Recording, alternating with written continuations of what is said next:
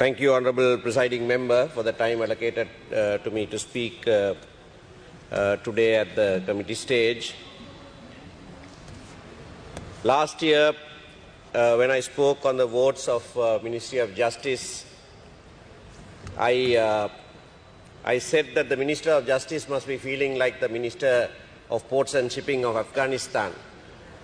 And I'd like to repeat that today because he, in fact, is very uncomfortable in that post. We have seen in the media that the Minister of Justice had tried to resign.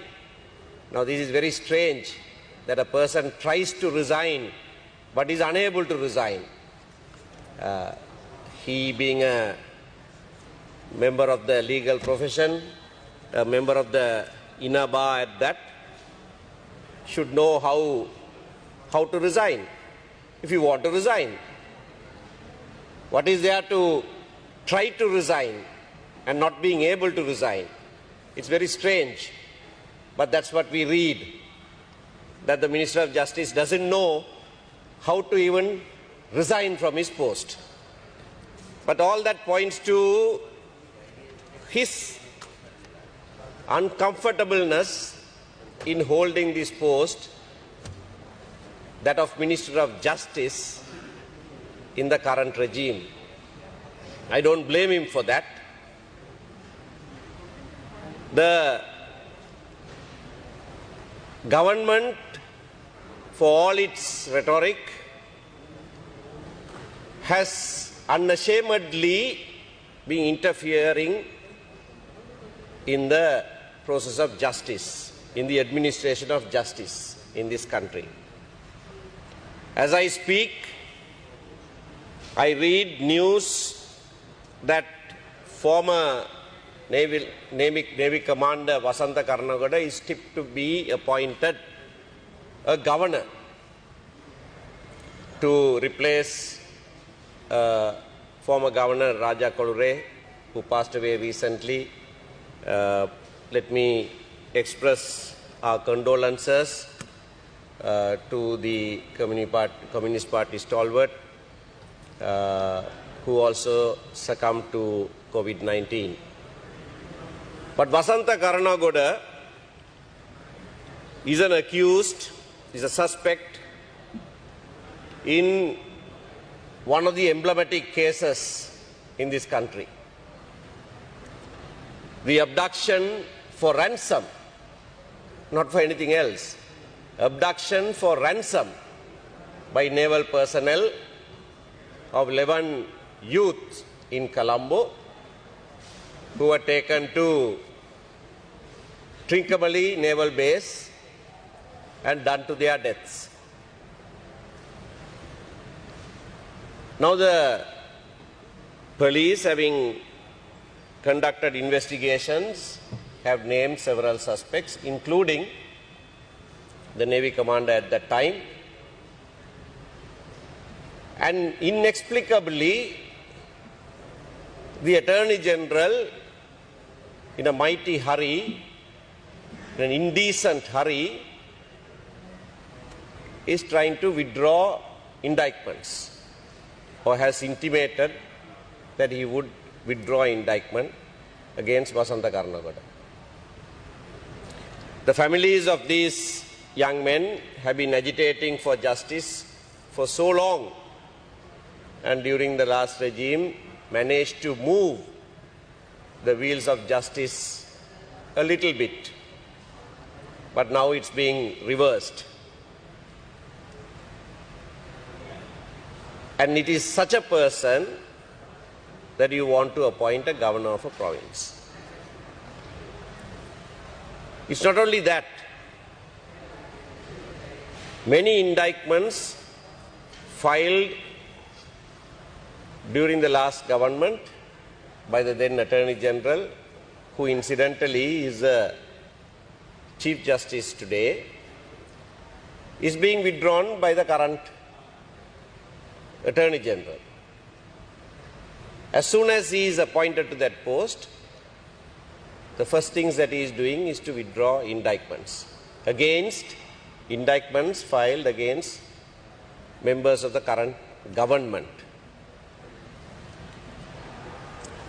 Attorney General is supposed to be independent in our country. Appointment is supposed to be independent. During his tenure, he is supposed to act independently. Unlike in many other countries that have our own tradition where the Attorney General is a political appointee. Even in Britain, he is a political appointee. In India, he is a political appointee. But in those countries, even though they are political appointees, we find that they act independently once they are appointed. Here, the reverse seems to be true. The minister protested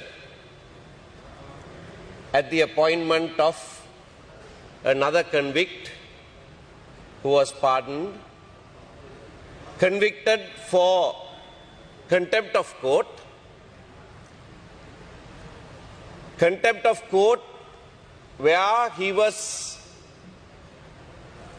so convicted and sentenced on a complaint made by a magistrate for disturbing proceedings in court, where the magistrate himself had the power to punish him summarily for contempt.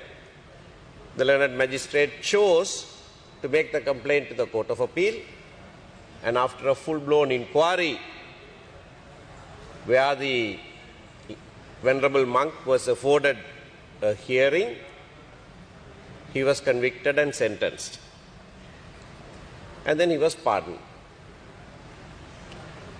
He was convicted in another, or rather, he's a contempt in another contempt proceedings, presently pending before the Court of Appeal, where he violated the magistrate's court order in Mullaitivu and facilitated the cremation of a body of another monk in the premises of a Hindu temple. Now, such is a person you find suitable enough to appoint as chairman of a task force.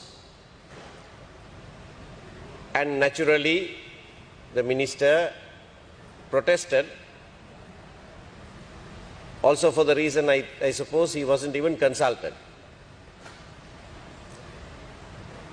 And originally, no Tamil was appointed to this task force. That was a good thing. I did not think that any self-respecting Tamil would have served in this task force. We said that also. But as it often happens, you find all kinds of people in every community. And so you found 3 people who were willing to bury their dignity and go and sit in this task force. I say this because this task force is captioned "One Country, One Law." One country, one law. Most people think that this is something to do with personal laws. But it's far worse than that. If the government is committed to devolution of powers, as you have been saying to the international community, Prime Minister Mahinda Rajapaksa, when he was president, repeatedly assured India in 3 joint statements. In another joint statement with Secretary General of the United Nations, he said, which in fact is a promise made to the entire international community, that he would enhance devolution. If that is the case, then there can't be one country, one law. Because even in this broken system under the 13th Amendment, even under this 13th Amendment provincial council system, which we do not accept, there is legislative power over certain subjects that are devolved to the provinces. The provinces can make their own laws in respect of matters in the provincial council list, and even